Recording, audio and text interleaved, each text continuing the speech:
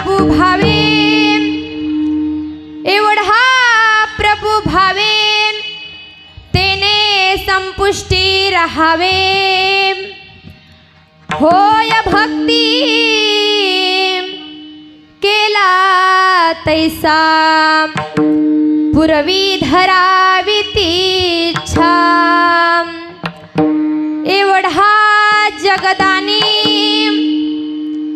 एवढा जगदानी, मागे तुळसी दळपानी।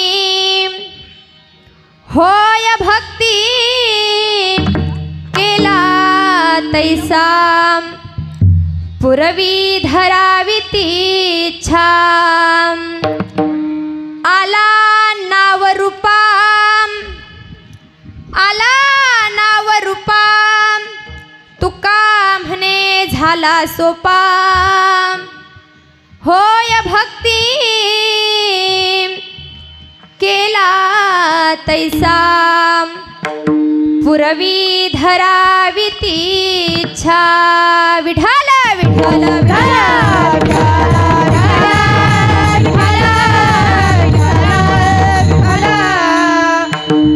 समचरण सरोजम सान्द्रनीलामम्बुदाभं, जगननिहित पानी मंडनं मंडनानं। तरुण तुलसीमाला कंधरं कंजनेत्रं, सदैव धवलहासं विठ्ठलं चिन्तयामि। तडिद्वाससं नीलं मेघावभासं, रमा मंदिरं सुंदरं चित्प्रकाशं। वरं त्विष्टिकायां समन्यस्तपादं, परब्रह्मलिंगं भजे पांडुरंगं। पांडुरंगाकारू प्रथम नमन, पांडुरंगाकारू प्रथम नमन, पांडुरंगाकारू प्रथम नमन, पांडुरंगाकारू प्रथम नमन। दुसरे चरण संतांचिया, दुसरे चरण संतांचिया, त्यांच्या कृपादाने ततेचा विस्तारू, त्यांच्या कृपादाने ततेचा विस्तारू, त्यांच्या कृपादाने कथेचा विस्तारू, त्यांच्या कृपादाने कथेचा विस्तारू। पांडुरंगा करू प्रथम नमन, दुसरे चरण संतांचिया, त्यांच्या कृपादाने ततेचा विस्तारू, बाबाजी सद्गुरु दास तुका। पांडुरंगा करू प्रथम नमन, दुसरे चरण संतांचिया, त्यांच्या कृपादाने ततेचा विस्तारू, बाबाजी सद्गुरु दास तुका, दास तुका, दास तुका। पांडुरंगा करू प्रथम नमन, दुसरे चरण संतांचिया, त्यांच्या कृपादाने कथेचा विस्तारू, बाबाजी सद्गुरु दास तुका। कलावज्ञ जीव धरार्थावतारं, कलांकांक तेजोधिका मोदी वक्त्रं, खला निशवादापनोदार्ह दक्षं, समाधिस्थ मूर्तिं भजे ज्ञानदेव। ओम नमो ज्ञानेश्वरा, ओम नमो ज्ञानेश्वरा, ओम नमो ज्ञानेश्वरा, ओम नमो ज्ञानेश्वरा, ओम नमो ज्ञानेश्वरा, ओम नमो ज्ञानेश्वरा,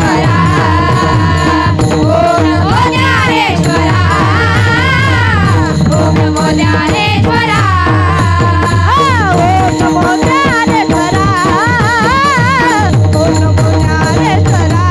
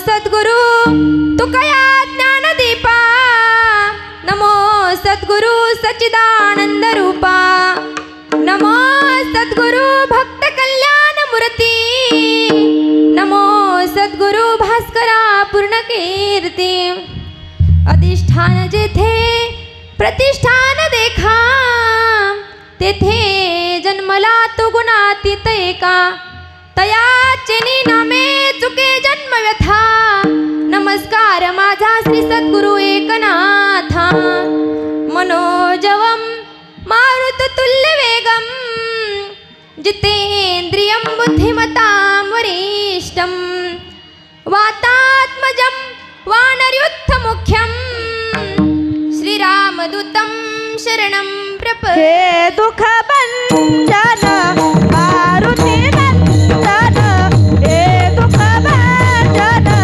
मारुती नंदन सुनलो मेरी पुकार पवन सुत विगती वारूपा पवन सुत विगती वारूपा पवन सुत विरती वारंवार पवन सुत विरती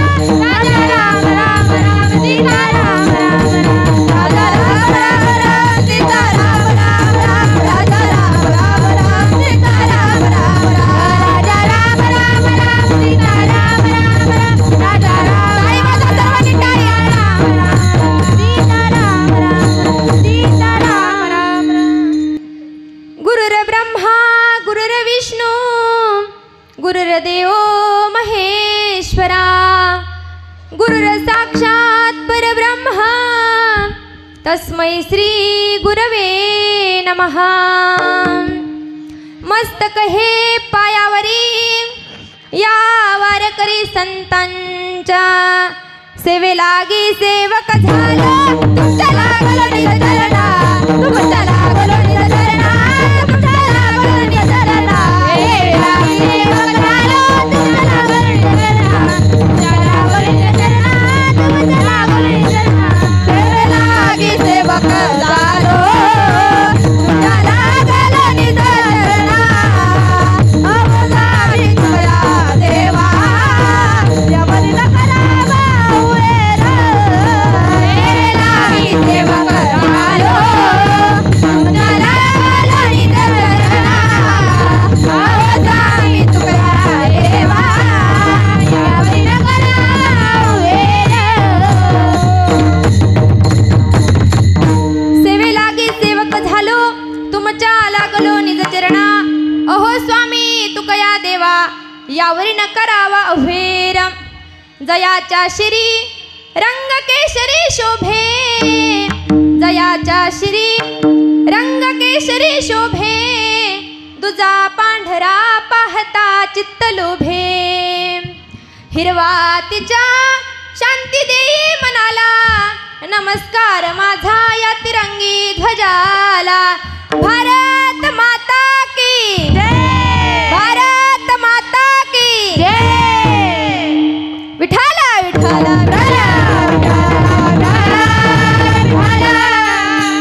एवढा प्रभू भावे तेने संपुष्टी रहावे होय भक्ती केला तैसा पूर्वी धरावी ती इच्छा प्रस्तुत प्राप्त प्रसंगी प्राप्त स्थळी प्राप्त वेळी कीर्तन रूपी सेवेकरता निवडलेला अभंग अखिल कोट ब्रह्मांड नायक रुक्मिणी प्राण संजीवन जगत आधार आकारण कारण करुणावरुणालय भक्त वांछल कल्पतरू भक्त वांछल दीनबंधू भगवान पांडुरंग परमात्मा मुक्त कैवल्य तेजोनिधी अनाथाची माय साधकाचे मायबाप भगवान श्री ज्ञानोबराया भगवान श्री तुकोबराया यांच्या सेवेसाठी निवडलेला अभंग नवे नवे ज्यांनी वयाच्या 16व्या वर्षी हिंदवी स्वराज्याची शपथ खाऊन असं असणारा छत्रपती शिवाजी राजे यांचा घोष म्हणजे श्रीमंत योगी श्री श्री श्री छत्रपती शिवाजी राजे यांनाही उपदेश करणारे यांचे धर्मगुरु आद्य गुरु नवे नवे तर या विश्वाचा संसार या जगाचा संसार सुखाचा होण्याकरता ज्यांनी स्वतःच्या संसाराची राख रांगोळी केली ना संसाराच्या नावे घालून या शून्य वाढता हा पुण्य धर्म केला याच्याही पुढे जाऊन सांगायचं झालं तर जाळोनी संसार बैसलो अंगणी असा म्हणण्याचा ज्यांचा अधिकार होता ना असं म्हणणारे सतपुरुष असं म्हणणारे सतसाधू ज्यांनी अवघं आपलं अख्खं आयुष्य त्या भगवंताच्या नामचिंतनामध्ये घातलं परमार्थामध्ये घातलं असे असणारे ज्यांना जगाने जगद्गुरु ही पदवी दिली आणि ज्यांना जगाने जगद्गुरु तुकोबराया असं म्हणून ओळखलं ना असा असणारे जगद्गुरु तुकोबराया यांचा 4 चरणाचा सर्वांच्या पाठातला आता पाठ नसला तरी कानपाठ असलेला म्हणजे तुम्ही ऐकत आलेला अभंग अगदी सोप्या पद्धतीचा अगदी सरळ पद्धतीचा भगवान परमात्म्याचा वर्णन करणारा अभंग आज तुम्हा आम्हा मायबापांच्या सेवेसाठी निवडलेला आहे विठ्ठल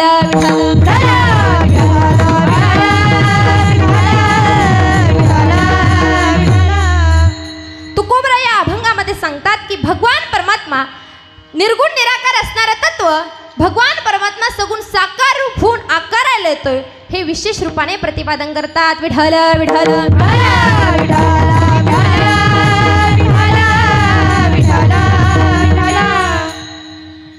अभंगावरती सविस्तर चिंतन करणार आहोत सविस्तर चर्चा करणार आहोत तत्पूर्वी वक्त्याला जो दंडक घालून गेलाय ना त्याच्यावर थोडं उद्बोधघात करणे म्हणजेच ज्या कार्यासंबंधी चर्चा चालू आहे त्या कार्याचं प्रतिपादन करणे म्हणजेच उद्बोधघात करणे असाच आपला हा भव्य आणि दिव्य अखंड हरिनाम सप्ताह एवढं सुंदर भव्य आणि दिव्य या ठिकाणी वातावरण आहे एवढा सुंदर त्या भगवान परमात्म्याचा नाम यज्ञ या ठिकाणी चाललेला आहे आता कशाच्या निमित्त आहे कशाच्या प्रित्यर्थ चालू आहे हे तुम्हा सर्वांना ज्ञातच आहे संत रोहिदास महाराज जयंती निमित्त या ठिकाणी हा सप्ताहाचं आयोजन केलेलं आहे आणि या ठिकाणी हा सप्ताह चालू आहे पण ऐका हे कीर्तन शृंगखला शृंगारित करण्याकरिता हे कीर्तन शृंगखला शृंगारित करण्याकरिता या ठिकाणी काही गायक काही वादक आणि श्रोते मंडळी जमलेले आहेत तुमचा देखील या कीर्तनामध्ये खूप मोठा मोलाचा वाटा आहे आणि हे कीर्तन शृंगखला शृंगारित करण्याकरिता तुम्ही तर तुमच्या डोळ्याने बघतायत गेलं 4 दिवस झालं ही ज्ञानाई मुलींची वारकरी शिक्षण संस्था जशी आळंदी या तीर्थक्षेत्रामध्ये वसलेली आहे ना तशी गेलं 4 दिवस झालं आपल्या या गावामध्ये या संस्थेचं भव्य आणि दिव्य या ठिकाणी गायन वादन तुम्ही रोज बघतात. हरिपाठ, पावल्या, फुगड्या, कोणी प्रवचन करते, कोणी कीर्तन करते. बघा आता तुम्ही तर म्हणता स्वतःच्या संस्थेचं वर्णन करते, पण स्वतःच्या संस्थेचं नाही, मी ज्याचं वर्णन करते, ज्यांच्यामुळं या संस्थेमध्ये आम्ही एवढे सर्वजण घडलोयत ना, ते असणारे म्हणजे आमचे दोन महात्मे, ते म्हणजे आमचे गुरुवर्य, आम्हा सर्वांना ज्ञान देणारे, आमच्यावरती आई वडिलांपेक्षा जास्त नितांत प्रेम करणारे आमचे माई व बाबा, यांच्यामुळं ही संस्था आहे. आणि या संस्थेचं नाव या गावातच नाही तर या जिल्ह्यामध्ये सुद्धा, तालुक्यात तर नव्हे अख्ख्या महाराष्ट्राला या संस्थेने वेळ लावले. एकदा या दोन महात्म्यासाठी जोरदार टाळी वाजवा. आणि हे कीर्तन आज रोज तुम्ही बघतात. आणि मग हे गायन वादन या ठिकाणी जे मुली करतात, ही ज्ञानाई मुलींची वारकरी शिक्षण संस्था व ज्या सर्वांच्या उपस्थितीमध्ये, ज्यांच्या भव्यता आणि दिव्यतेमध्ये ज्यांची उपस्थिती लाभली. बघा आता या गावाचं जर सांगायचं झालं तर जसं आपण म्हणतो की ही भारताची माती फार पवित्र आहे, तसं मी देखील म्हणाल की या गावची माती देखील खूप पवित्र आहे. एकदा या गावासाठी जोरदार टाळ्या वाजवा. का पवित्र आहे याचं तुम्हाला सांगून जाते. ही गाव का पवित्र आहे तर सांगून जाते. बघा या गावामध्ये आम्हीच नाही तर खूप मोठे मोठे संत, खूप मोठे मोठे महाराज मंडळी, खूप मोठे मोठे साधू लोक या स्टेजवरती कीर्तन करून गेले. कोणी भागवत केले, कोणी रामायण केले. हे असणार असं पवित्र गाव. आणि या गावामध्ये एवढंच नाही तर संत बाळूमामा यांचं देखील मंदिर आहे, अहिल्या मातेचं देखील मंदिर आहे. बघा खूप पवित्र गाव आहे. संतांचं मंदिर या ठिकाणी कुठेही बघायला भेटत नाही. संतांचं मंदिर या ठिकाणी कुठल्याही गावामध्ये बघायला भेटत नाही. जास्त करून तीर्थक्षेत्रामध्ये संतांचं मंदिर बघायला भेटतं. आणि हे संत बाळूमामा, आता बाळूमामा कोण होते हे तुम्हा सर्वांना ज्ञातच आहे. कोण होते हे तुम्हाला माहिती आहे. परंतु बाळूमामा हे साक्षात भगवंताचा अवतार आहेत. काय? साक्षात भगवंताचा अवतार आहेत. बाळूमामा हे देव आहेत आणि त्यांचं देवाचं अस्तित्व हे जगाने बघितलं, म्हणून लोक त्यांच्या व्यक्तिमत्वाला आज त्यांच्या चरणावरती नतमस्तक होतात. ही बाळूमामांची तुम्हाला सांगून जाते. बाळूमामांचा जन्म हा कोल्हापूर जिल्ह्यामध्ये झाला. कुठे झाला? कोल्हापूर जिल्ह्यामध्ये झाला. बरोबर आहे की नाही बाबा? कोल्हापूर जिल्ह्यामध्ये बाळूमामाचा जन्म झाला. परंतु जास्त काही बोलत नाही, पुढं आपल्या अभंगावरती चिंतन करायचं आहे. पण संत बाळूमामांनी सांगितलं एवढा चमत्कार जे संत बाळूमामा बोलतात तेच खरं होतं, असं मी देखील माझ्या कानाने ऐकले आणि ते तुमच्यापर्यंत पोहोचविण्याचा प्रयत्न करत आहे. बघा संत बाळूमामांनी गेलं 2 वर्ष झाली असं एक सांगितलं होतं, भविष्यवाणी झाली. आणि त्या भविष्यवाणीमध्ये सांगितलं की या सृष्टीवरती, या जगावरती फार मोठी दुर्घटना येणार आहे. आता कोणती दुर्घटना येणार आहे सांगितलं तर एक रोग या ठिकाणी येणार आहे. कोणता रोग आला हे तुम्हा सर्वांना ठाऊक आहे. कोणता रोग आला? कोरोना हा रोग आला. आणि या कोरोनाच्या बिमारीमध्ये आपल्या जगातल्या भरपूर अशी एक खूप मोठी संख्या कमी झाली. म्हणून बाळूमामा जे सांगतात ते खरं होतं. म्हणून ही गाव देखील अतिशय पवित्र आहे. आणि या गावामध्ये सुंदर असा भव्य दिव्य अखंड हरिनाम सप्ताह चालू आहे. आणि बघा या सर्वांच्या उपस्थितीमध्ये ज्या महात्म्याचा आनंद द्विगुणित होतोय ना, असा असणारा महात्मा तुम्हाला सर्वांना नाव ज्ञातच आहे. असे असणारे आपले भरतजी महाराज कांबळे सर. बघा जेवढं परमार्थामध्ये देखील आहेत, शैक्षणिक क्षेत्रामध्ये देखील आहेत, असं व त्यांचा देखील वाटा आहे. व समस्त आडगावकर ग्रामस्थ मंडळींचा खूप मोठा मोलाचा वाटा या सप्त्यामध्ये आहे. परंतु ऐका ना, आपण सप्ताह करतो हा एकट्याचा खेळ नसतो बरं का. यामध्ये सगळेजण असतात, एकाचा खेळ नाही हा.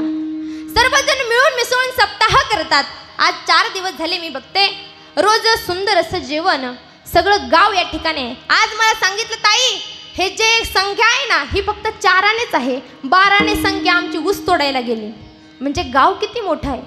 या विशेष या गावाचं खरं कौतुक करणं इतकं, कौतुक करावं इतकं कमी आहे. एवढा सुंदर सप्ताहाचं आयोजन आडगावकरांनी केलं, त्यांचे देखील अंतकरणापासून आभार मानते. वो म्हणतात ना समय से पहले और तकदीर से ज्यादा किसी को कुछ भी नहीं मिलता. Time and tide waste for none. म्हणजेच याचा अर्थ असा आहे की वेळ आणि संधी ही कोणासाठी थांबू शकत नाही. आजची जी महत्भाग्याची वेळ मला ज्यांच्यामुळे प्राप्त झाली, ज्यांच्यामुळे मला या नारदाच्या गादीवरती उभी राहून कीर्तन करण्याची संधी प्राप्त झाली, अशी असणारे आमचे सर्वांचे गुरुवर्य हरिभक्त परायण दीपकजी महाराज सुद्रिक पाटील व कीर्तनकार भागवताचार्य आणि तताई महाराज सुद्रिक पाटील यांचे देखील अंतकरणापासून आभार म्हणते.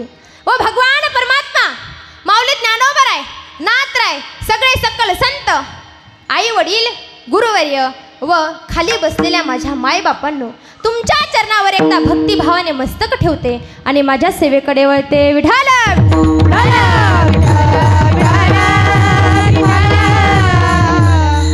यश्चावत प्राणी मात्रात जर विचार पृथ्वी तलावर तर विचार केला तर 3 वर्ग पडतात. किती? 3 वर्ग पडतात. एक म्हणजे भगवान परमात्मा, दुसरं म्हणजे संत आणि तिसरं म्हणजे सर्वसामान्य जीव. 3 वर्ग पडतात. भगवान परमात्मा हे स्वतःहून भगवान परमात्मांना आणावं लागतं. संत हे स्वतःहून येतात आणि सर्वसामान्य जीवाला कमरातला घातली तरी यावं नाही, यावंच लागतं. संतांचं स्वइच्छा प्रारब्ध आहे, संतांचं स्वइच्छा प्रारब्ध आहे, भगवंताचं परिच्छा प्रारब्ध आहे आणि सर्वसामान्य जीवाचं अनिच्छा प्रारब्ध आहे. विठाला विठाला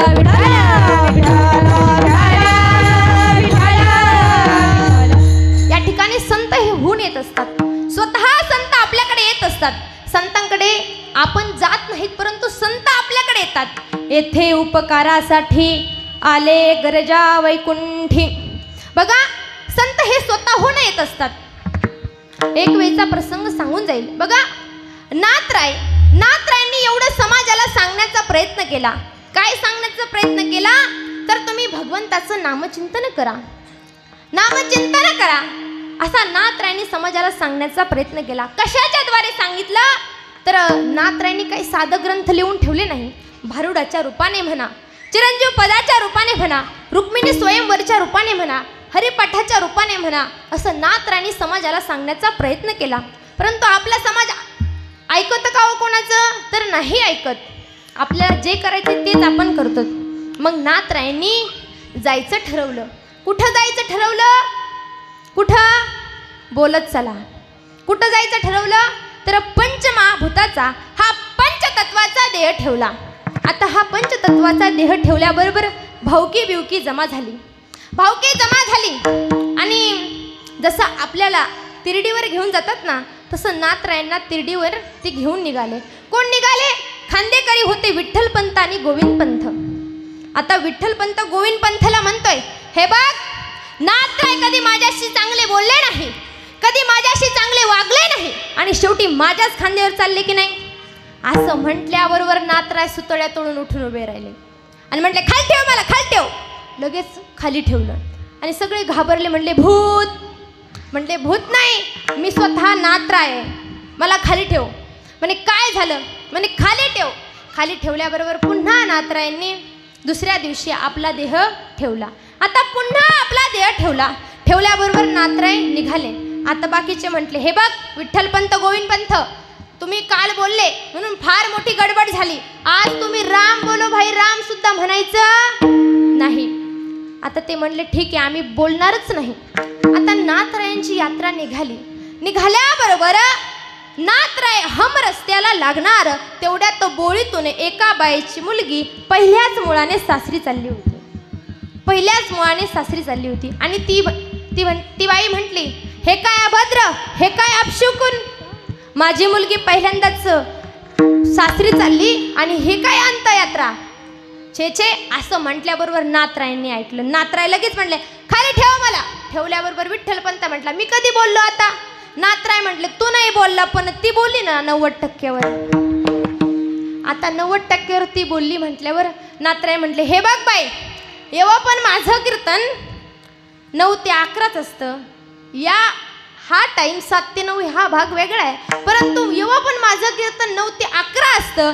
तुझी बेबी पहिल्या गाडीने जाऊ दे, मी दुसऱ्या गाडीने जाईल. मग आता तिसऱ्यांदा नाथराय स्वतः गोदामय्याच्या पात्रामध्ये चालत चालत गेले आणि आपला देह जलस्वरूप केला आणि वरती फुलाचा हार आला आणि त्या हारावरती नाथरायांची समाधी मंदिर बांधलं. आपण सर्वजण ज्या पैठणला गेल्याच्या नंतर त्या समाधीचं दर्शन घेतो. विठ्ठल विठ्ठल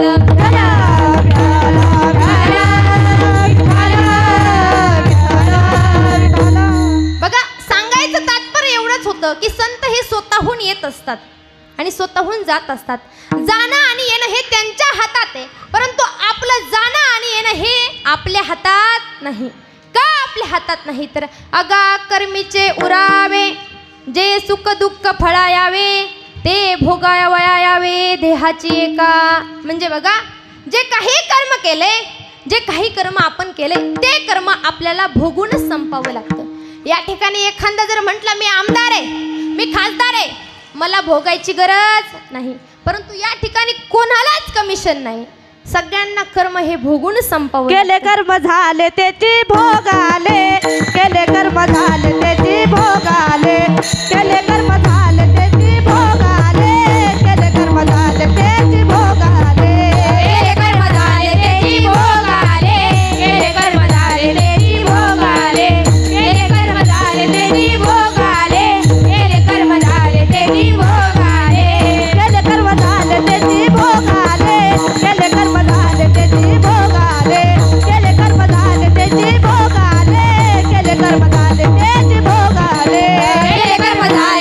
भोगाले, केले कर्म झाले त्याची भोगाले, केले कर्म झाले त्याची भोगाले, केले कर्म झाले त्याची भोगाले. उपजले मेले ऐसे कीर्ती, ऐसे कीर्ती, उपजले मेले ऐसे कीर्ती, ऐसे कीर्ती. हरिमुखी हरिमुखी हरिमुखी गातारा पालिता, हरिमुखी गातारा पालिता, हरिमुखी गातारा पालिता, हरिमुखी गातारा पालिता, हरिमुखी गाता हरा पाली चित्ता, हरिमुखी गाता हरा पाली चित्ता, हरा पाली चित्ता, हरिमुखी गाता हरा पाली चित्ता. हरा पालिता, हरा पालिता. केले कर्म झाले त्याचे भोग आले, उपजले मेले ऐसे किती. जे काही कर्म आपण केले ते कर्म आपल्याला भोगावं लागतं. या ठिकाणी कोणाला कमिशन नाही की मला भोगता येणार नाही, परंतु प्रत्येकाला कर्म हे भोगून संपवावं लागतं. बघा, रावण एवढा श्रीमंत होता, एवढा श्रीमंत होता. किती श्रीमंत होता रावण? तर बघा, रावणाकडं काही कमी नव्हतं. भगवान परमात्म्याने त्याला 3ही मुक्त्या दान दिल्या होत्या. एवढा रावण श्रीमंत होता. भक्ती, मुक्ती आणि शक्ती या 3ही युक्त्या दान दिल्या होत्या. आणि भगवान त्या रावणाकडे कमी होतं का काही? तर नाही. काय होतं सांगू का? 80 सहस्र सुंदरा कामिनी, माझी मुख्य राणी मंदोदरी. त्या रावणाला 80,000 बायका, 1,00,000 पोरं, 1,25,000 नातू. आता मला सांगा, हा जर मतदानाला उभा राहिला असता तर याचंच पॅनल निवडून नसतं आलं का? दुसऱ्याने फॉर्म सुद्धा भरला नसता, कारण याच्याकडे संख्या किती आहे. आणि मग एवढा श्रीमंत रावणाने एवढं शिवतांडव सुंदर लिहिलंय, एवढं सुंदर लिहिलंय. जटाटवी गलज्वल प्रवाह पावितत्सले, कलेवलंब्य लंबितांभुजंग तुंग मालिकं, डमट डमट डमट डमट निनाद बड्डमर्वयं, चकार चंड तांडवं, तनोतु नः शिव शिवं, तनोतु नः शिव शिवं. बघा, वाचता येत नाही, परंतु पाठ केल्यानंतर म्हणायला एवढं सुंदर वाटतं. एवढं सुंदर शिवतांडव त्या रावणाने लिहून ठेवलंय. आणि रावण रावण अख्ख्या स्वर्गाचा काय होता, मालक होता. इंद्रजित त्याच्या हाताखाली कामाला होते. हे खंडेराय आहेत ना, खंडेराय, ते त्याची दाढी कटिंग करायला, हेअर सलून. गणपती बाप्पा त्याचे गाढवं चारायला, सटवी त्याच्या ठिकाणी काम करायला, वायुदेव गल्ल्या वगैरे झाडायला, अग्निदेव लाकडं वगैरे आणायला, आणि वरुण देव अंगणात पाऊस पडायला, सडा मारायला. असे एवढे मंडळी त्याच्या ठिकाणी कामाला होते. मग आता आपल्या घरी कोणी कामाला असलं का आपण रोज हाजरी घेतो, बरोबर आहे की नाही? तुम्ही शाळेत जाता, शाळेत गेल्याच्या नंतर वर्गामध्ये बसल्याबरोबर रोज तुमचे शिक्षक काय घेतात, हजरी घेतात. एखादा ॲब्सेंट आहे का, कोण शाळेत आलंय कोण नाही हे त्यांना त्याच्यावरून कळतं. तसं तो रोज हाजरी घ्यायचा. Brahmadev yes sir, Varun Dev yes sir, Vayudev yes sir, Agnidev yes sir, Ganpati Bappa yes sir, Khandera yes sir, Satvi yes sir. आता पहिल्या दिवशी हाजरी सर्वांची बरोबर आली. पुन्हा दुसऱ्या तिसरी हाजरी घ्यायला लागला. Brahmadev yes sir, Varun Dev yes sir, Agnidev yes sir, Ganpati Bappa yes sir, Khandera yes sir, Satvi absent. Satvi absent, सटवीचा आवाजच आला नाही. पुन्हा तिसऱ्या दिवशी हाजरी घ्यायला लागला. Brahmadev yes sir, Varun Dev yes sir, Agnidev yes sir, Ganpati Bappa yes sir, Khandera yes sir, Satvi yes sir. उभी रे, उभी रे, उभी रे, उभी रे, उभी रे. आणि तो म्हणलं उभी रे, उभी रे, उभी रे, काल कुठे गेलती? ती म्हणती काल नाही का आडगाव मध्ये, काल नाही का आडगाव मध्ये आमक्या आमक्याला मुलगा झाला, त्याचं भविष्य लिहायला गेलते. तो म्हणला तुला कोणत्या असं हलकटाल काम दिलंय? ती म्हणली हे काम मीच करते. काय म्हणली? हे काम मीच करते. आता तो रावण होता महाराज. तो म्हटला मग माझं भविष्य सांग ना, माझं भविष्य सांग. ती सटवी महाराज फार हुशार होती, फार चॅप्टर होती. लहान लहान मुलं फार चॅप्टर असतात महाराज, फार चॅप्टर असतात. सकाळी एका मुलीला सांगितलं धर हे 2 रुपये आणि या 2 रुपयाच्या 2 शॅम्पूच्या पुढे घेऊन ये. ती म्हटली शॅम्पू एक शॅम्पू आणि तो आहे लागणार 2 टॅम्पू. आता बघा लहान लहान मुलं फार चॅप्टर असतात. काय असतात? लहान लहान मुलं फार चॅप्टर असतात. तुम्हाला एक उदाहरण सांगून देते, विषयात विषय निघला म्हणून सांगून जाते. बघा असंच एकदा आम्ही कार्यक्रमाला गेले. आता कार्यक्रमाला गेले, पहिली गाडी नव्हती, आता गाडी आहे. पहिलं आम्हाला असंच फिरावं लागायचं, एसटीने गाडीने. कार्यक्रमाला गेले, 9 ते 11 कीर्तन होतं. आता संध्याकाळच्या वेळी मला कुठं गाडी भेटणार आहे, म्हणून त्यांच्या घरी मुक्काम करावा लागला. आता मुक्काम करावा लागला. 2 मुलं एवढे चॅप्टर भेटले, अगदी छोटे छोटे होते. ते माझ्याकडे आले, मला म्हटले ताई तुम्हाला झोपण्याची व्यवस्था आम्ही एका रूममध्ये केली. म्हटलं चालन ना. आता रूममध्ये नेऊन घातलं मुलांनी. कोणी? त्या चॅप्टर मुलांनी. नीट लक्ष देऊन ऐका बरं. असं नेऊन घातलं तिथं. त्या रूममध्ये 3 बेड होते. किती? 3 बेड होते. आता बघा मला सांगितलं त्यांनी ताई तुम्ही मधल्या बेडवरती झोपा. मी म्हटलं चालन, मी कुठेतरी झोपते एक साईडला. ते म्हटले नाही नाही ताई तुम्ही बेडवरती झोपात, मधल्या बेडवरती. आता मधल्या बेडवरती झोपाय सांगितलं आणि झोपले तर लगेच 2 म्हाताऱ्या आज्या आल्या. काय आल्या? 2 म्हाताऱ्या आज्या आल्या. आणि एक म्हातारी इकून झोपली, एक म्हातारी इकून झोपली. आता 11-12 तर कीर्तनच 11 वाजता संपलं होतं. 1 वाजला होता. आणि आता 1 वाजला आणि जीच म्हातारीने सुरू केलं एकीने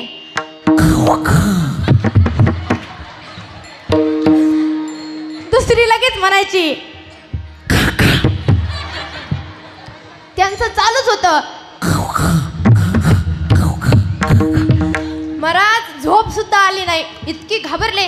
आता घाबरले म्हणून बाहेर आले. ऐका बरं का, घाबरले म्हणून बाहेर आले. आता झालेला किस्सा सांगते बरं का. घाबरले म्हणून बाहेर आले. बाहेर आल्याबरोबर शेजारीच जागरण चालू होतं. जागरण सर्वांना माहिती आहे ना, आहे का माहिती? जागरण चालू होतं. आता जागरण चालू होतं आणि ते दोन्ही चॅप्टर मुलं जागरणात होते, जागरणात. आणि मी उभी दिसले बाहेर, बाहेर आले उभी दिसले. तेवढ्यात त्या 2 चॅप्टर मुलांनी वाघ्याला खुनिलं आणि ते वाघ्याला खुनिलं. आणि वाघ्या म्हणतोय अय मुरुळे इथं कुठं नाचती, तिकडं बघ बाहेर बाजीवर वारं आलंय वारं. आता मी उभी दिसले आणि ते म्हणते इथं कुठं नाचती, तिकडं बघ बाहेर वारं आलंय वारं. आता ती मुरुळी आली ना माझ्याकडं नाचत. आता काय सांगता महाराज, आली माझ्याकडं नाचत. तिचे ते केस मोकळे ते माझ्यापर्यंत नाचत आली आणि धरलं ना मला आणि नेलं त्या जागरणामध्ये. कुठं नेलं? त्या जागरणामध्ये नेलं. आणि तो वाघ्या म्हणाय माझे सगळे केस मोकळे सोडले, सगळा अवतार करून टाकला. महाराज म्हणून तर मी वाटतच नव्हते, सगळा अवतार करून टाकला. अवतार केला आणि तो वाघ्या म्हणायचा देव असला तर मोकळं खेळ, देव असला तर मोकळं खेळ. माझ्या हातात लिंब काय नारळ काय काही द्यायला लागले. आणि तिथंच त्या जागरणालाच एक कीर्तनामध्ये आलेला एक व्यक्ती आलेला होता. काय? कीर्तनामध्ये आलेला एक व्यक्ती आलेला होता. आणि तो आला आणि तो म्हटलं, तो वाघ्याला म्हटलं अय रात्रीची महाराजांनी बाई आणली काय? तो म्हटलं आम्हाला काय माहित रात्रीची महाराज होती, द्या सोडून विठाला विठाला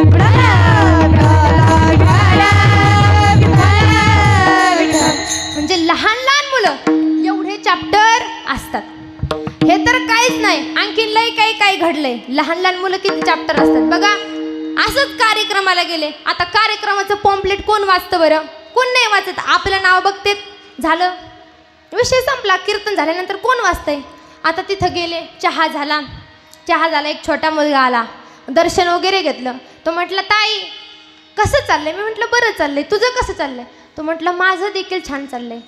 म्हटलं ताई तुम्ही आमचं पॉम्पलेट वाचलं का? म्हटलं नाही रे, मी फक्त माझं नाव बघितलं आणि मग नाही वाचलं पॉम्पलेट. तो म्हटला ताई आमचं आडनाव काय माहिती का तुम्हाला? म्हटलं काय? आता तुम्हाला सांगायचं जर झालं ना सगळं सविस्तर, तर आपल्या शरीरामध्ये आडनाव गुंतलेले आहेत. काय आडनाव गुंतलेले आहेत बघा. तुम्हाला सांगून जाते आडनाव म्हणजे तुमच्या तरी लक्षात राहतील.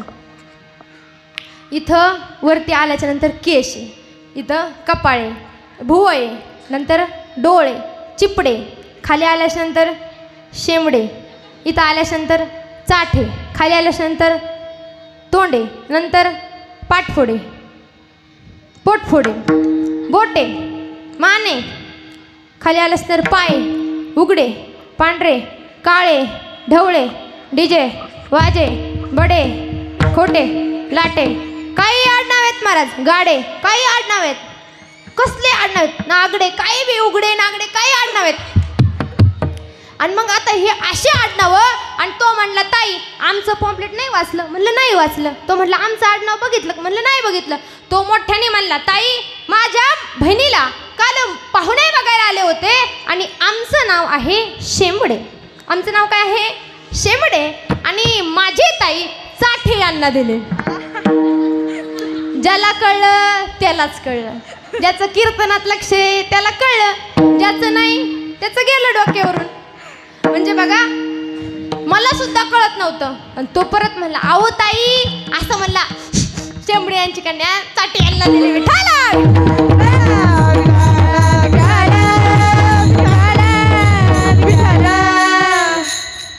म्हणजे लहान लहान मुलं एवढे चॅप्टर असतात. हे सांगत होते मी. आपलं काय चालू होतं? कीर्तन तरी म्हणा. आपलं काय चालू होतं? म्हटली याला भविष्य सांगून कुठं आंबे हळद माग करून घेता. याला एकच पर्याय सांगतो. ती म्हणली तुला एक आयडिया देते. तो म्हटलं सांग ना आयडिया काय? हा ती म्हणते हे बघ तुझ्या घरी कुंकू आहे का कुंकू? तो म्हटलं अगं सटवी काय विचारती कुंकू?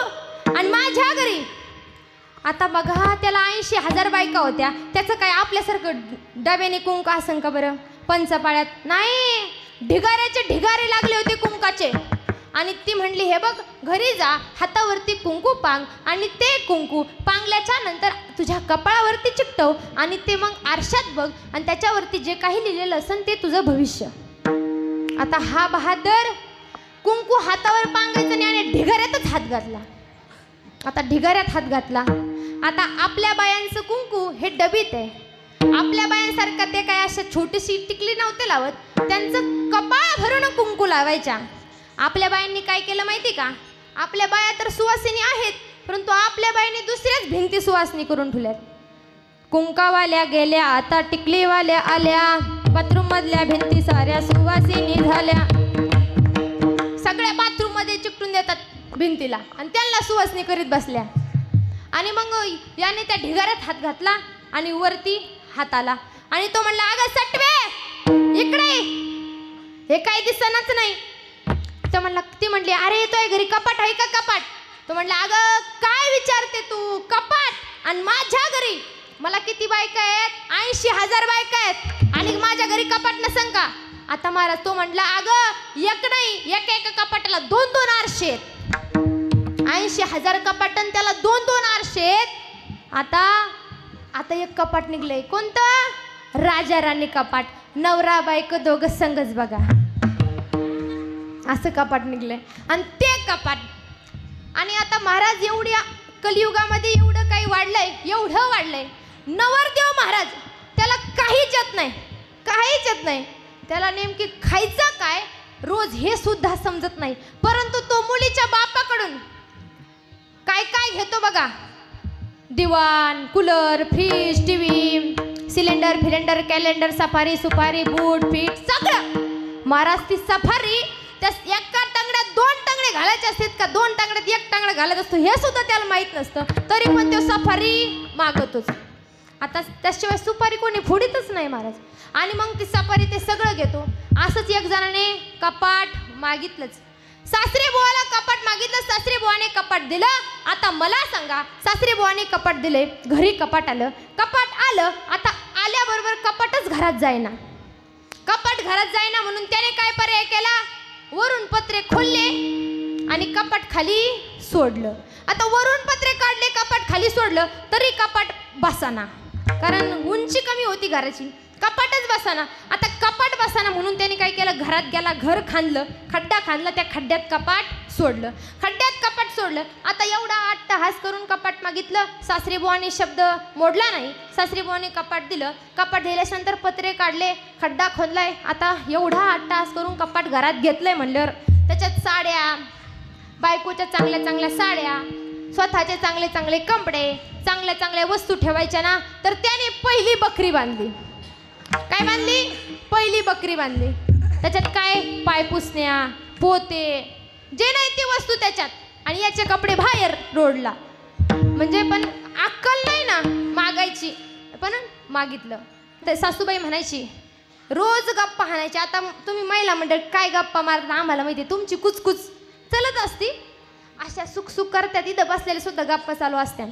आणि मग ती शेजारी बाईकडे रोज जायची ती सासूबाई आणि सांगायची, तिच्या सुनेचं वर्णन करायची, तिच्या सुनेच्या माहेराकडचं वर्णन करायची. माझ्या सुनाला हे आलं, माझ्या सुनाला ते आलं, माझ्या सुनाला सगळं दिलं, माझ्या सुनाला सगळं दिलं. ती म्हणली, ए काय वडवड करती? तुझ्या सुनाचं रोज वर्णन करते. तुझ्या सुनाला बम आला का बम? हे म्हणले, कसला ग बम? ती म्हणली, आणखीन तुला बमच माहीत नाही का? हे म्हणले, नाही ना, सांग ना ग बम कसा असतो. मी आता आणायचंच सांगते. असं म्हटल्याबरोबर ती म्हटली, हे बघ घरी जाय आणि हे बघ ते बम असा असतो, वरती एक होल असतं त्याच्यात लाकडं टाकायचे असतात, खाली एक होल असतं त्याच्यात पाणी भरायचं असतं. आणि मग ती म्हणली, मग काय होतं? ती म्हटली, मग काय होतं म्हणजे गरम पाणी तापतं आणि मग आपल्याला चांगली आंघोळ करता येते गरम पाण्याने. बरोबर आहे की नाही महिला मंडळ? चांगली आंघोळ करता येते. मग सासूबाई घरी गेली ताना आणि घरी गेली सुनाच्या मागं वटवट करायला लागली. तोय बापाने सगळं दिलं पण बम नाही दिला, तोय बापाने सगळं दिलं पण बम नाही दिला. बम बम करीत राहिली.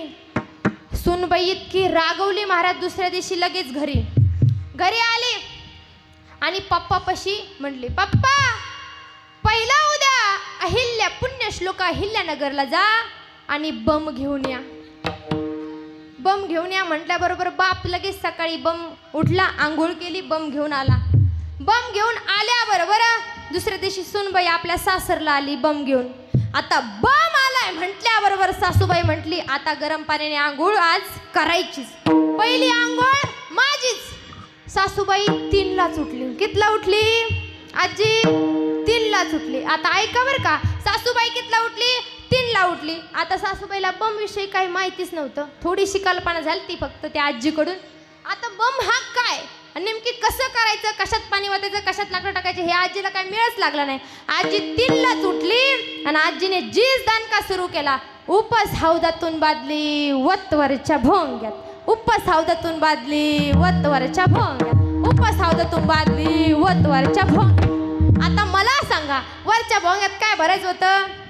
लाकडं. आता ते पाणी सगळं खाली आलं सुनबाईच्या गादी खाली आणि सुनबाईला जाग आली. सुनबाई म्हणते, आता ग बाया उन्हाळ्यात कस काय घर गळायला लागलं? आता उन्हाळ्यात कस काय घर गळायला लागलं असं म्हटल्याबरोबर लगेच बघती तर काय, उठून बघती तर काय, सासूबाईचा दणका चालूच होता. उपस हात तुंबादली वतवारच्या भोंग्यात, उपस हात तुंबादली वतवारच्या भोंग्यात. ती म्हणली सासूबाई हे काय चाललंय तुमचं? म्हणे काय तू बोलू नको आता अजिबात. म्हणे काय झालं सासूबाई तुम्हाला? बम सांगितला, बम आणून दिला, तुम्ही एवढं रागावता का? ती म्हणली तू बोलू नको, तुझ्या बापाला बम द्यायचा होता तर नीट द्यायचा ना, दिला तर दिला, गळकाच दिला. आजीबाई म्हटली बम गळका नव्हता. सुनबाई म्हटली बम गळका नव्हता, तुमचा भेजा गळका होता, भेजा. विठाल विठाल विठाल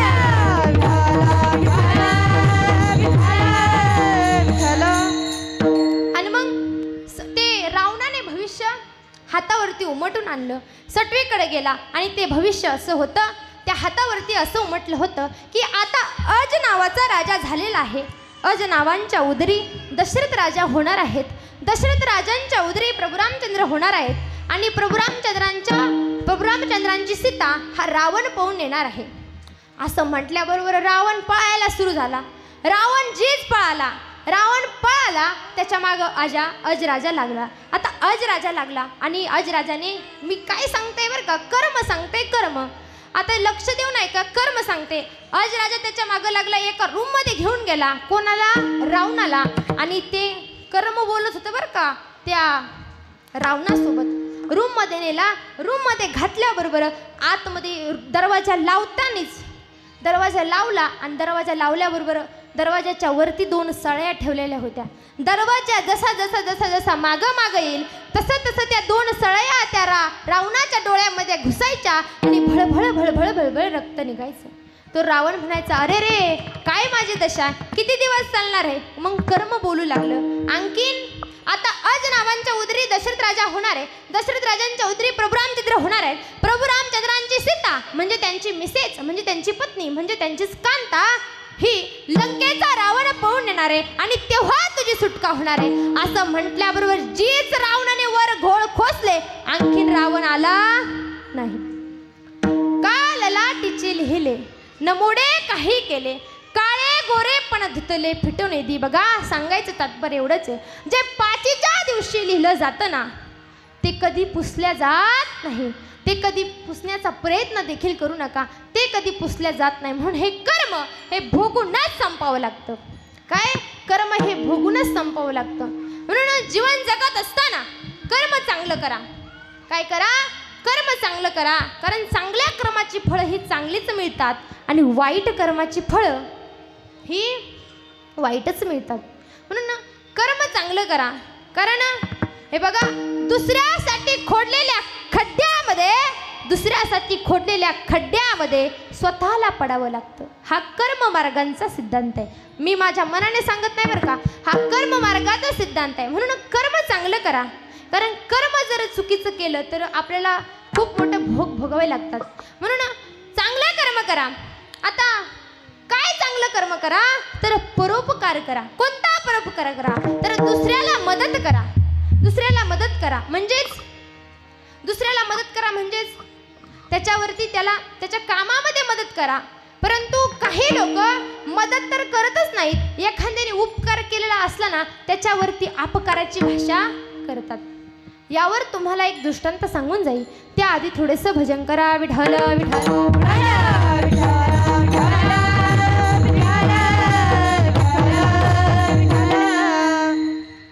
बघा एक शेतकरी राजा होता.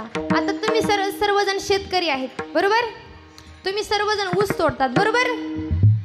आता शेतकरी राजा होता आणि त्या शेतकऱ्याने काय घेतलं? 2 तरणी गोरी घेतली. कोणती? तरणी गोरी. तुमच्या तिकडं काय म्हणतात? गोरी म्हणतात की खोड म्हणतात का बैल म्हणतात? काय? गोरीच म्हणतात ना. एक तरणी गोरी घेतली आणि ते गाडीला झुपली. आता गाडीला झुपली, कशी बशी शेतापर्यंत घेऊन गेला. कारण त्या तरण्या गोऱ्यांना एक सवय असते. कशी सवय असते तर वदडाक पळायची सवय असते. कशी? वदडाक पळायची सवय असते बरोबर. अशीच पळायची सवय असते. आणि मग ते तरणी गोरा अशी पळू लागली. कसा बसा शेतापर्यंत गेला. दिवसभर शेतामध्ये काम केलं. संध्याकाळच्या वेळेला पुन्हा बैल झुपली आणि घरी निघाला. आता घरी घरी निघाला पुन्हा बैल तसं करायला लागले. जसं जसं घर जवळ येईल तसं तसं ते बैल आणखीन पळायला लागले. कशी पळाली? अशी पळाली. कशी? वदडाक वदडाक वदडाक अशी पळायला लागली. आता बैल पळायला लागले आणि हा त्या बैलावरचा ताबा सुटला. बैलाच्या नाकातली व्यसन तुटली. सगळं जिकडं तिकडं झालं. बैल फास्ट पळायला लागली. याच्या घशातून हा आवाज द्यायचा, दादा बाबा काका बाजूला सरका, बैलाच्या नाकातली व्यसन तुटली, बैलाच्या गाडीवरचा ताबा सुटलाय, बाजूला सरका, मला वाट द्या. सर्व लोक त्याचा आवाज ऐकून सर्व लोक त्याला जागा देत होते. सगळेजण बाजूला सरकत होते. परंतु प्रत्येक गावामध्ये एक एक भांडकुदळ शांता काकू असते. आपल्या गावातली नाही बरं का, दुसऱ्या गावातली सांगते, नाहीतर येताना मला भांडायला. दुसऱ्या गावातली. आणि मग प्रत्येक गावामध्ये एक भांडकुदळ शांता काकू असते आणि ती अशी पाय पसरून बसलेली होती रोडला. त्याने घशातून आवाज दिला. काय दिला? घशातून आवाज दिला, अहो शांता काकू बैलाची व्यसन तुटली, बैलाच्या गाडीवरचा ताबा सुटलाय, बाजूला सरका, बैल तुमच्या अंगावर येतील, तुमच्या पायावरून चाक जाईल आणि तुमचा पाय मध्यभागी तडकन मोडल, तुम्ही बाजूला सरका. परंतु चांगलं सांगितलेलं लोक आता ऐकतच नाहीत. चांगलं सांगितलं ऐकतच नाहीत. मग ती म्हणली, रस्ता काय तुझ्या? वा वा वा, हुशार आहेत खालचे मंडळी, बरोबर उत्तर देतात गड्या. रस्ता काय तुझ्या असं म्हटली आणि तिने काय केलं, असं म्हटल्याबरोबर जीच गाडी आली आणि त्या शांता काकूच्या पायावरून गेली. आता शांता काकूचा पाय मध्यभागी तडकन मोडला, असा मोडला. आता शांता काकूचा पाय मध्यभागी तडकन मोडला. आता तुमचा पाय मोडल्यावर तुम्ही कुठं जाता? कुठं जाता? खालच्यांना बोलू द्या रे. तुम्ही कुठं जाता? हॉस्पिटलमध्ये जातात. परत दवाखान्यात जातात. शुद्ध मराठी भाषा घेऊ, कारण आपण सगळे गावठीचे. दवाखान्यात जातात. आता दवाखान्यात गेल्याच्या नंतर तुम्हाला मलमपट्टी केली जाते, तुम्ही घरी येता.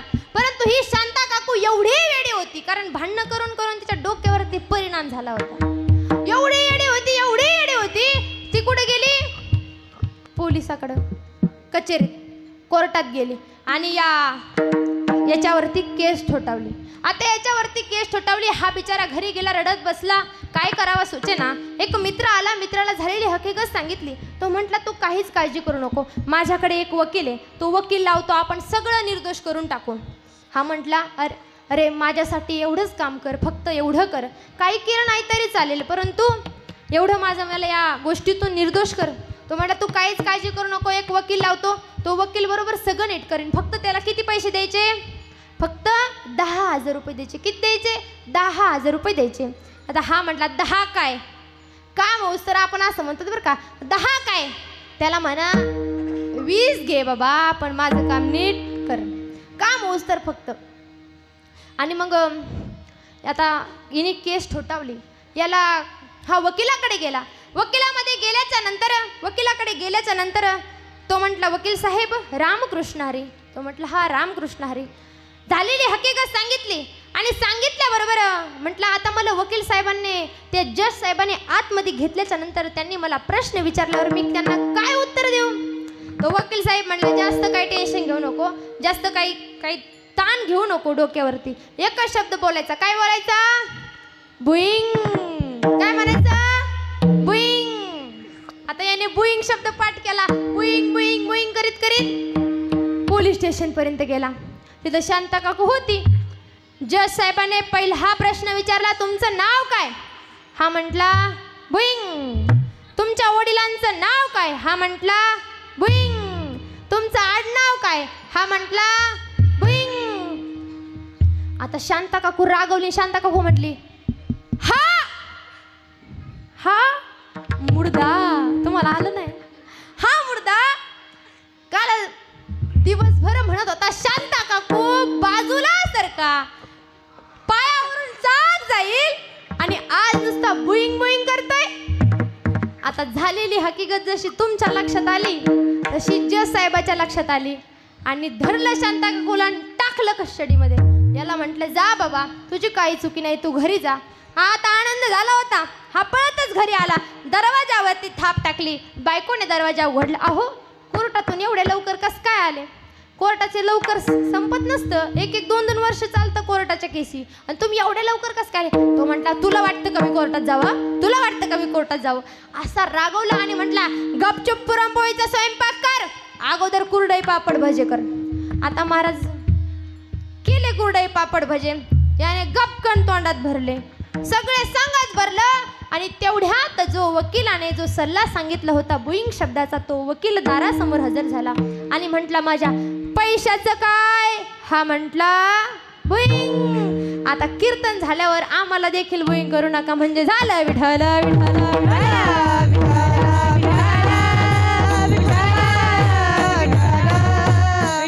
म्हणजे मला सांगायचं तात्पर्य एवढंच आहे की त्या वकिलानं या शेतकरी राजावरती काय केलं होतं?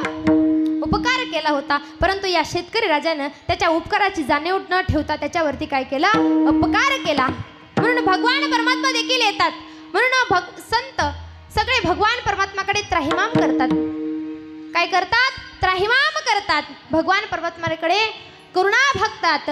श्री अनंता मधुसूदना पद्मनाभात नारायणा जगव्यापका जनार्दना आनंद घना अविनाशा परित्राणाय साधूनां विनाशाय च दुष्कृतां धर्म संस्थापनार्थाय संभवामी युगे युगे. मग भगवान परमात्मा स्वतः अवतार घेतात आणि मग तो भगवान परमात्मा केवढे आहेत, तो भगवान परमात्मा केवढे आहेत हेच महाराज तुकोबराय अभंगाच्या प्रथम चरणात. एवढा प्रभू भावे,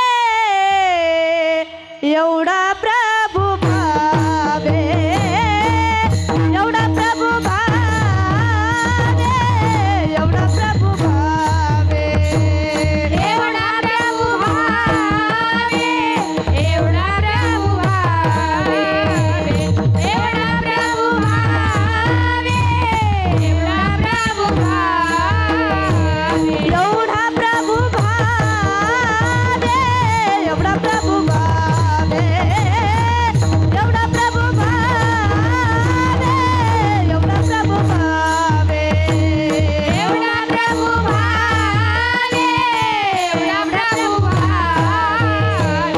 एवढा प्रभू भावे.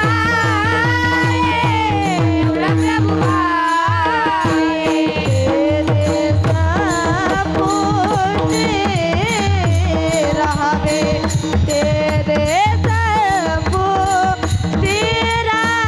रहावे, तोर प्रेम सबु केला, तोर प्रेम सबु केला, होया भक्ती केला तैसा, होया भक्ती केला तैसा.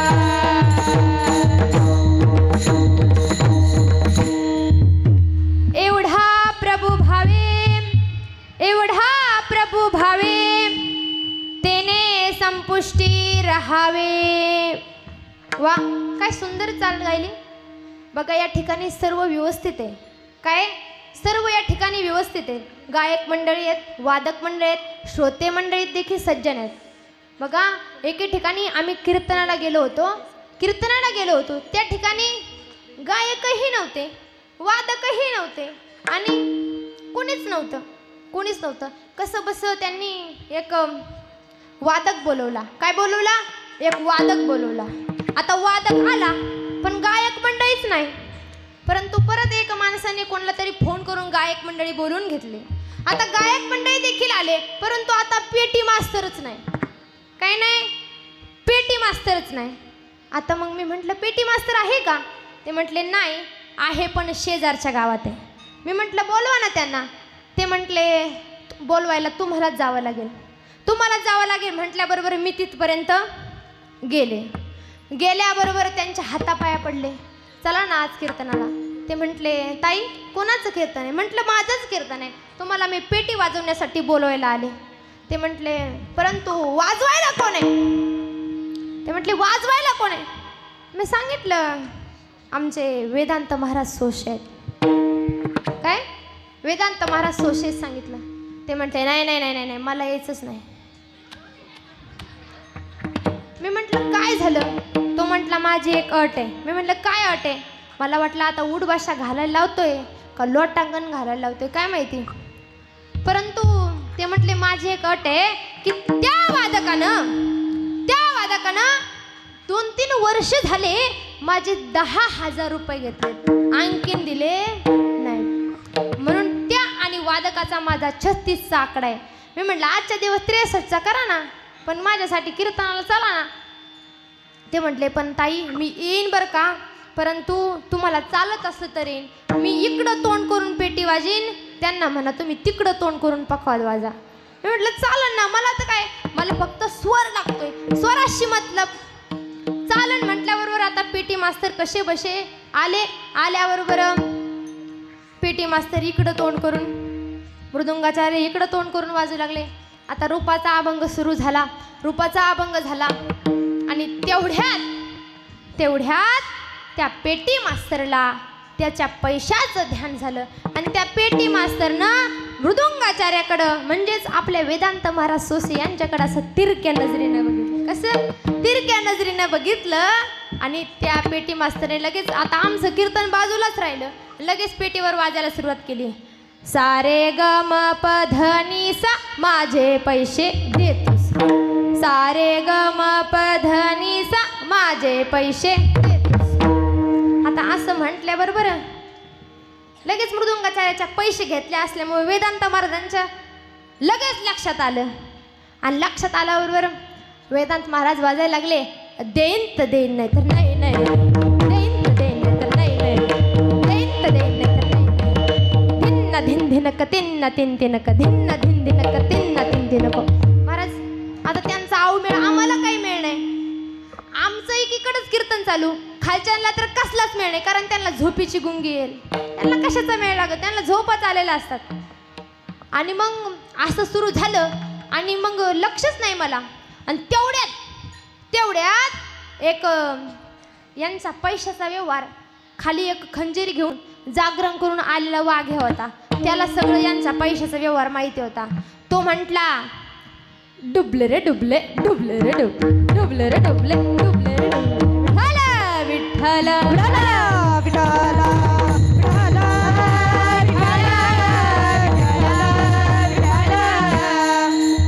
आपलं काय चालू होतं कीर्तन, एवढा प्रभू भावे तेने संपुष्टी राहावे. आता एवढा म्हणजे केवढा, आता एवढा म्हणजे केवढा. तो भगवान परमात्मा केवढा आहे तुम्हाला सांगता येईल का? तर नाही. बघा, पृथ्वीपेक्षा 10 पट पाणी व्यापक आहे, पाण्यापेक्षा 10 पट अग्नी व्यापक आहे, अग्नीपेक्षा 10 पट वायू व्यापक आहे, वायूपेक्षा 10 पट आकाश व्यापक आहे, आकाशापेक्षाही अनंत पटीने त्या भगवान परमात्म्याचं नाम व्यापक आहे. गगनाहुनी वाड नाम आहे, देवा कुसे निवृत्तीसी चाडा.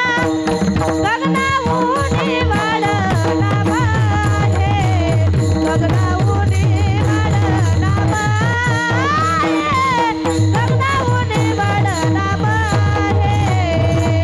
देवा कुसे निवृत्तीसी चाडा. गगनाहुनी वाड नाम आहे, गगनाहुनी वाड नाम आहे, गगनाहुनी वाड नाम आहे.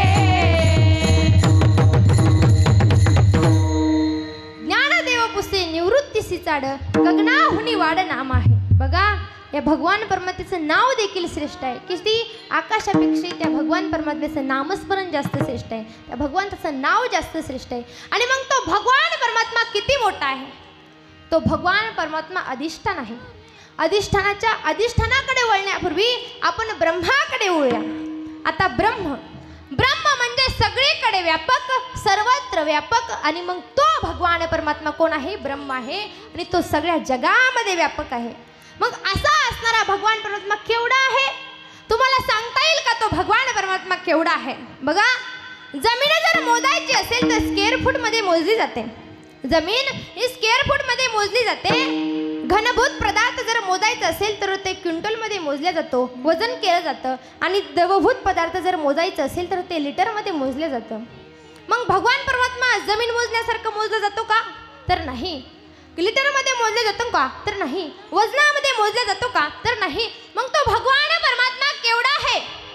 15 लिटर, 20 लिटर, 50 क्विंटल, केवढा आहे तो भगवान परमात्मा?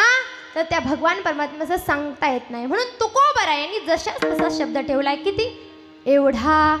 एवढा शब्द ठेवलाय. काय? एवढा.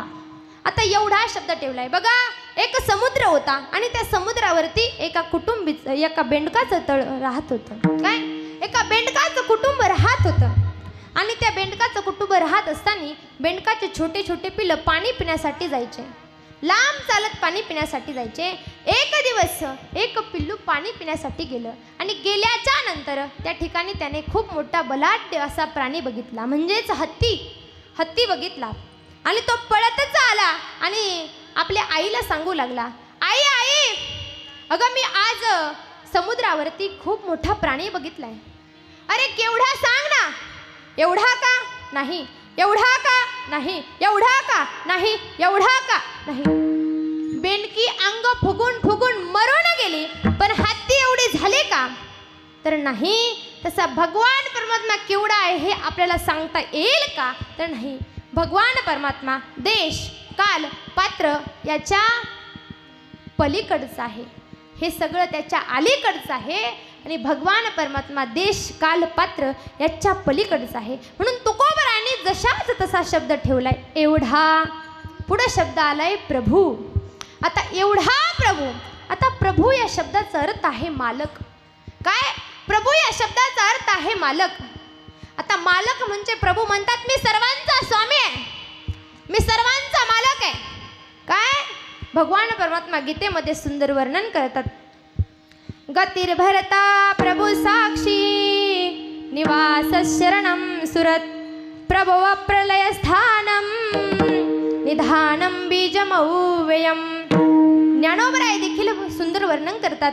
म्या लविल्या वेदू बोले, म्या चालविल्या सूर्य चाले, म्या हलविल्या प्राण हले, जो जगाचे चाळिता.